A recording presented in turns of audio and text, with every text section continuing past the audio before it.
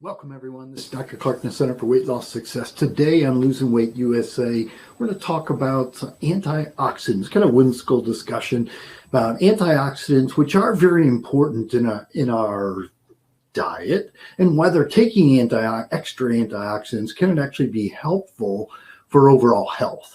Doesn't have a whole lot to do with weight at this discussion. This is more of kind of a health discussion and more of a theoretical, we call whimsical discussion about antioxidants. What are they? Can they help us? And subsequently, they are important. They are very important, and probably the best antioxidants, just to boil this down, best antioxidants come from real food, the colorful vegetable salad stuff. Basically, all the foods that are really colorful, non-processed, they have lots of antioxidants in them and potentially can be fairly important for our overall health. All right, welcome to Losing Weight USA, real-time answers to your weight loss questions, some of the latest updates in the research, as well as a little bit of expert advice. Gives you direct access not only to me, but you should be receiving the health tips and recipes via the membership portal. Each webinar will last 30 minutes or so. If you have questions, just type them in during the presentation. We'll get to them at the end as time permits, and typically we will make time permit. If you think things once we're all done, just give us a yell here at the Center for Weight Loss Success. The email is success@cfws.com. Phone number 757-873-1880. All right, so let's flip these slides over. Go. All right. And again, kind of a little whimsical discussion. I start with a little cartoon about antioxidant kicks out the free radicals. It's just showing a little vessel, a little anti-type thing. And the superheroes and supervillains of the circulatory system, antioxidants, the hero, kicks out the free radicals, which is right, the supervillains. Anyway, like usual, I won't quit my day job yet. Okay. Antioxidants. So antioxidants, you hear about them, kind of the epic story of good versus evil. Okay, the fearless defenders, basically of everything. They can cure cancer, prevent aging, supercharge your immune system. They basically can do it all. So what is it? Are they miraculous disease-fighting nutrients or overhyped marketing gimmicks? All right, so we'll back up on that and we'll first talk about what I call the oxidative challenge of life. Okay, the oxidative challenge of life is the paradox here of our overall metabolism, is that the majority of complex organisms, anything more than about one cell, they require oxygen. Right? And so since we require oxygen, we cannot live without it. Unfortunately, oxygen itself is a highly reactive molecule. It's explosive. Literally, oxygen tank, you throw a match in there, it's going to explode. So it's a highly reactive molecule that not only sustains life, but it also has some negative aspects. So it also produces these reactive oxygen species, and that's what we're going to talk about, free radicals there. One of the common, or a couple of the common ones of these reactive oxygen species are hydroxyl radical, as well as superoxide anion. And these free radicals, they're normal byproducts of our energy producing process, or of just cellular respiration. Okay, not our breathing in and out respiration, but as our cells live and metabolize things. These free radicals are normal byproducts. And so, do we get rid of them? Okay, or should we be getting rid of them? And literally, we can't live without some of this occurring. It has to occur. This is how we live. So the trick here is try to keep these highly reactive free radicals under control. And therefore, we can help, hopefully, prevent cellular damage, because these free radicals potentially can damage cells. And so subsequently then, even though they come from something, oxygen, that we require to live, they also can cause damage to us too. And so it's kind of getting that balance there. So that's where we're going with this. And I kind of throw this little slide. Are you rusty? And the reason I think one of the greatest example of oxidation is rust formation, is that it's actually the oxygen combining with the iron that actually will cause rust. And it's a byproduct of oxidation. Again, we cannot live without oxygen, but oxygen itself can cause problems then. Okay, so what are then our antioxidants? Okay, oxidation is potentially problematic. What are the antioxidants then? So antioxidants are basically molecules that are capable of inhibiting the oxidation of other molecules. It's like Rust-Oleum. I mean, it prevents the rust. Okay, so they inhibit the oxidation of other molecules. So oxidation, again, can't necessarily get rid of it. Okay, oxidation is a chemical reaction. And it's what it does, it transfers electrons from one substance to another substance. Okay? And again, oxidation reactions are crucial for life. Okay, it's crucial for this to happen, for us to produce energy, to actually continue living. We have to do this. So it's crucial for life. But again, the oxidation can also be potentially damaging. So you want to kind of control this as well. And again, the oxidation can produce these free radicals. And it's the free radicals that can lead to chain reactions that can cause cellular damage and cell death. And so we want to control this. And antioxidants then can stop these chain reactions by removing the free radicals. And so that's where we're kind of going with all this stuff here. So antioxidants can be referred to as either hydrophilic or hydrophobic. Okay, again, antioxidants, we're kind of going under the assumption here, antioxidants are good, okay, and they're going to help prevent damage from these free radicals. Okay, but antioxidants, again, can either be hydrophilic or hydrophobic. Hydro is water, okay, philic means love, it loves water, or hydrophobic means fear of water. Okay, so antioxidants are either one or two categories. They either love water or hate water. And it really depends on where they're meant to do their job and why we care about that. Because each of our cells is made up of kind of a hydrophilic section as well as hydrophobic section. The hydrophilic will be kind of where's the water based. Okay, and that's mainly in the interior of any cell. The cell membrane, though, which holds all cells together, that's how the cells stay together. The cell membrane is basically more of a fatty layer. Okay, and that's then hydrophilic, or love, kind of, as opposed to hydrophobic. Excuse me, I just reversed that. Okay, hydrophobic will be the fatty layer. It's like water, oil and water don't mix. Okay, it's like oil's going to float on top of water. Oil and water don't mix. So the antioxidants either have to be able to mix with the oil, or they have to be able to mix with the water and subsequently be able to do what they need to do. Right? So it's kind of a broad category of antioxidants, hydrophilic, hydrophobic. You're not really going to care. Okay. So then the real question then, if we got these antioxidants that are out there, we'll talk about what they are shortly. But the antioxidants that are out there, what are they trying to protect us from? Okay, well, they're trying to protect us from cellular damage caused by these free radicals. And then these free radicals come about by things we're exposed to. Right? So kind of these things that we're exposed to then are things we often realize are kind of damaging to us, but we may not really completely understand how they work. So some of these things that are damaging to us, like ultraviolet rays, you can get out in the sun, you get sunburn, right? You can cause skin damage. Subsequently, skin damage potentially can cause all kinds of problems, from skin cancer to things not so bad, just sunburn. All right, so ultraviolet damage, ultraviolet rays, okay? But then also just pollution in the air. We're exposed to this all the time.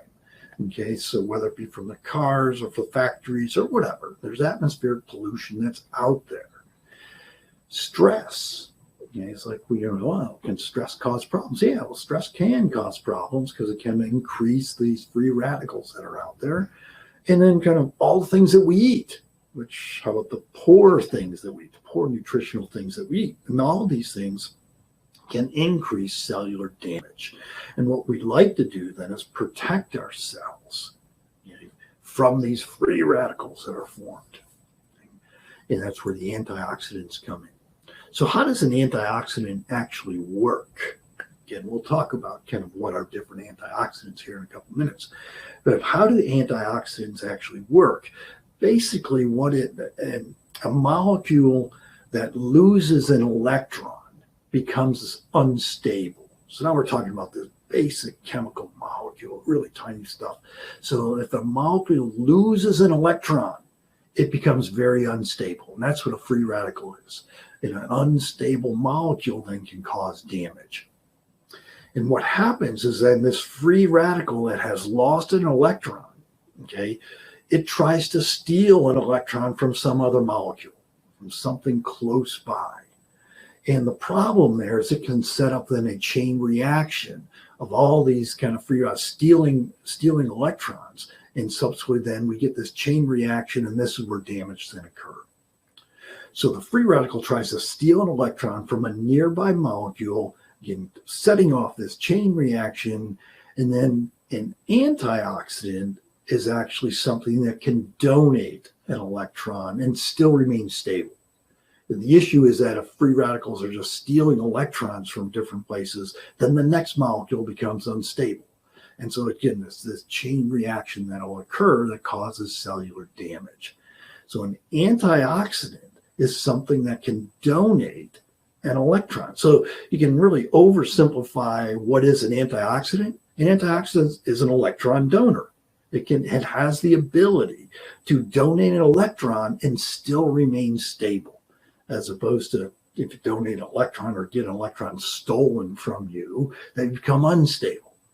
So it donates an electron, remains stable, which basically then stops any chain reaction, which then stops any potential damage done to the cell. Now, again, we're talking about a cellular level thing.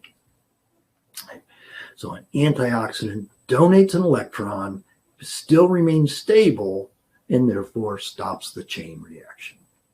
Kind of a simplified version. Okay. So then the antioxidants will bind free radicals, and when they bind the free radical, you've got a stable molecule. And a stable molecule will then no longer cause damage. And that's what we want to do, stop the damage. All right, so what are common antioxidants, right? Okay, do we need to take more of them, eat more of them? Well, most of the antioxidants are actually found in colorful fruits, vegetables, salad stuff. So this is what we talk about eating all the time. And basically it's the foods that are not kind of overproduced. Okay, meaning that they've gone through lots of steps and chemical reactions, things like that have been done to them. So it's kind of these fresh products. Again, that's what we ought to be eating. Okay, so common antioxidants are actually in most colorful fruits and vegetables, and a lot of the common antioxidants are basically just vitamins and minerals. And a lot of the vitamins and minerals are actually also antioxidants. And so just getting the vitamins in, you're probably getting plenty of antioxidants. Vitamin A is one of the biggest ones that are out there. We refer to them as carotenoids. Okay, and that's what gives carrots their orange color. So subsequently, they're colorful. Carrots are the best example right there. They're also in squash, broccoli, sweet potatoes, again, that orange color, tomatoes, kale, collards, cantaloupe, peaches, apricots. So kind of the brightly colored fruits and veggies. And again, vitamin A, carotenoids. Vitamin C is also a strong antioxidant. We get vitamin C from all kinds of, mainly fresh food. Okay, we often think of citrus as being the big common thing with vitamin C, but actually a lot of vegetables. Again, it's peppers, broccoli, green leafy vegetables, and strawberries have a lot of vitamin C. Tomatoes have a lot of vitamin C. You'll sometimes see on the tomato-based products, good source of vitamin C, good source of lycopene. We'll talk about that in a couple of minutes. All right, then vitamin E. Another multivitamin. Vitamin E is more of an oil-based, okay, that hydrophilic, phobic. Jeez, sorry, I keep mixing those two up. Doesn't really matter. But vitamin E, nuts and seeds, green leafy vegetables as well, but liver oil. There are a number of things that have vitamin E in them, but it's a good antioxidant. Okay. Selenium. Selenium is a wonderful mineral when we talk about thyroid. Selenium's big thyroid stuff.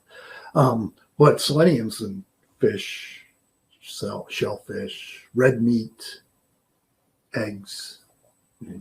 So selenium also, and selenium's a mineral. Okay. Then there are a number of things we refer to as vitamin-like antioxidant. Coenzyme Q.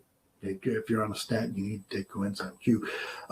It's very important as an electron carrier in mitochondria during energy synthesis. And so kind of it's an electron carrier, it can also be an electron donor then. Okay. Glutathione, kind of another one of those things that is a good antioxidant. People take glutathione supplements. Do you really need glutathione? If you get most of it in food, but there, ALA, melatonin, milk thistle. You'll see these things advertised and marketed as kind of helpful for kind of overall health, but a lot of that health benefit is through antioxidants. And they provide that with it. So again, the best antioxidants really are colorful fruits, vegetables, salad stuff. Kind of the generalized broad category of flavonoids, okay? Polyphenols, flavonoid. You'll often see these on big words that are on kind of on labels for a lot of different things that are out there. It's in soy, it's in red wine, okay, purple grapes, pomegranates, cranberries. Tea has a lot of. You'll often see this marketed on the tea packages of flavonoids, polyphenols, but they're basically antioxidants there. Lycopene, you'll see this on all the ketchup labels out there. It's in tomatoes, okay, and tomato products. Again, it's an antioxidant, and typically some of them they'll market themselves as it protects against certain things. You see lycopene often. I think one of the things it says it protects against prostate problems for men. Okay. So any of these things, these molecules tend to be in, again, colorful fruits and vegetables. Lutein is dark green vegetables, kale, broccoli, kiwi, Brussels sprouts, spinach, lignan. That's part of, and we talked a little bit about in the fiber discussion. That's flaxseed, oatmeal, barley, rye. So again, more of the fibrous type of things. Again, real food kind of have the antioxidants in them. Now there are certain antioxidants that actually are made by the body, and then you'll sometimes see supplements out that are kind of marketed towards getting your body to make more of this substance. Okay. Superoxide dismutase, you often hear that it was much more 15, 20 years ago. You'd see this kind of advertised, you could rub this stuff on you and you increase your superoxide dismutase. And then what it does, it stabilizes superoxide. Superoxide is again missing it's missing that electron, so subsequently then superoxide can donate that electron to it. Catalase is an enzyme. Anything with ASE is an enzyme. And it's an enzyme that converts hydrogen peroxide, H2O2, to oxygen and water. H2O2, as it bubbles up. It's great. You can use it as a disinfectant. Drinking hydrogen peroxide is a bad idea because it actually be a poison to you. But the catalase converts hydrogen peroxide into oxygen and water, which then are not dangerous to you. Glutathione peroxidase, another enzyme, but it does a similar thing. It takes hydrogen peroxide, which is an unstable thing, bubbles up like crazy, and converts it to oxygen and water, which are very safe molecules. So again, kind of going back to the simplified definition of an antioxidant. An antioxidant is basically just an electron donor. And still can remain stable. And so they stabilize potentially damaging molecules. And that's kind of what the bottom line told us. We want to stabilize damaging molecules. And subsequently then, if we can stabilize damaging molecules, then can we slow down tissue injury, which then theoretically can you slow down tissue aging? So again, this kind of gets into these things that, can we slow down aging and all? Is that really possible? Well, theoretically, it is possible. It's never really been shown to really do that, but yeah, and it's not like these theories are, are bad theories or the crazy theories. Like, no, there actually is some sense to these theories. And subsequently then, should we actually then utilize more antioxidants? And the answer is probably yes, but I don't necessarily know that it needs to be in a supplement form. Right, the best antioxidants, again, come from food. And the antioxidants foods really are those really colorful fruits, vegetables, salads, stuff. It's kind of the healthiest foods that are non-processed, and basically living in non-processed foods is a good thing. So eating clean, green, whole, whatever one wants to call that, is probably a very good idea. All right, then there's also chocolate. Okay, I just throw this slide, a whimsical slide up there. So you got a woman bathing in a dark chocolate. It's either that or a bowel prep gone wrong.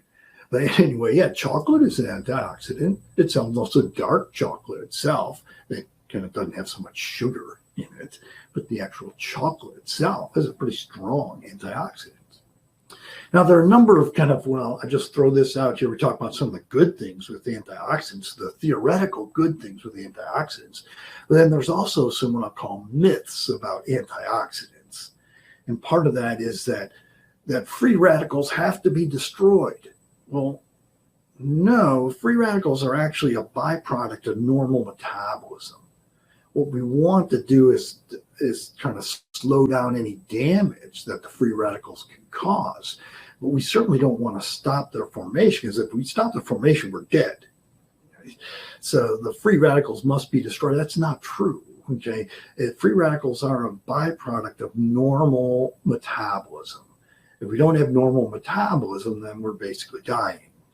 Okay, so we want to have normal metabolism. We just want to control any potential damage of the side effects of this normal metabolism.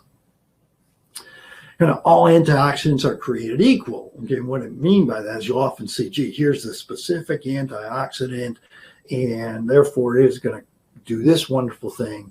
All the antioxidants do the exact same wonderful thing. It's like, well, no, different antioxidants work differently and in different situations. So they're not really created equal. They're different. And so taking one single antioxidant as a supplement, how helpful is that really? Well, it may be helpful for one certain thing or a couple of things that antioxidant does. But really, it's really all the antioxidants together that we're getting by eating whole food. Okay? So they have different jobs. So think that, I'm going to take this antioxidant such as glutathione, like whatever. You can go to a supplement store and find a certain antioxidant, and you may find, I need to take that one. Well, it's all the antioxidants, not any one certain one. They have different jobs. And I kind of alluded to that, a lot of the antioxidants they all come from fruits and vegetables. Well, that's not really true. Actually, in most of our whole food, there are antioxidants within that. So meat, dairy products, eggs contain a lot of antioxidants in them. And taking that a step further, if we were to take antioxidants and fortify the food, if we put more antioxidants in there, that would make those foods even healthier. Probably not. Okay. And then one of the final ones that I've sometimes seen, not so often anymore, but 5-10 years ago, I used to see this. If I exercise really hard and I take antioxidants, then I'm going to become super fit. Okay. Well, really part of the way our bodies improve our fitness levels is actually having some of that oxidative stress there. That's how we become more fit, is by stressing those muscle cells a little bit. And by stressing those muscle cells a little bit, by exercising them, okay, that's how we see improvement. So if we were actually to kind of take some of these antioxidants around exercise, thinking that it's going to make you super fit, is actually potentially, it may actually work against you. Because again, part of the improvement of muscle function may be the result of actually some of this oxidative stress that is going on, is that we're working the muscles hard, and so we get a little bit sore, that's stress on the muscles, but actually then we see improvement in fitness. And so you don't necessarily want to stop that completely. It's like, no, that's how we actually become more and more fit. Anyway, so common myths that are out there about antioxidants that, gee, we have to get rid of them all. It's like, well, no, that's not actually true. And we die without them. Getting rid of free radicals, rather. So tips for success, something we say just about every single time, is eat your colorful vegetables. There you have it. There's your tip for success. And the evidence is actually mixed about whether taking an antioxidant supplement is beneficial. Most of on the wrapper, and that's all marketing. What I call the basics that are always important: eat right, exercise, take your vitamins, get plenty of rest. Okay? Adding antioxidants in addition to those basics maybe can be helpful, but certainly the color of fruits and vegetables, those kind of things, yeah, those are going to be helpful. All right. Questions. There's kind of a, again, whimsical little topic there about something that pops up because people will often see that, okay, how, gee, antioxidants. So a little discussion on that, and don't fall for too much of the hype. I'd say get your antioxidants from real food. The best food has no labels on it. So we buy it prepared ourselves. All right. If you think of things, obviously just give us a yell here at the Center for Weight Loss Success. As we open up and things start coming back to a little more normal out here in society as the pandemic starts to decline. And I do encourage people to get your vaccines. Okay.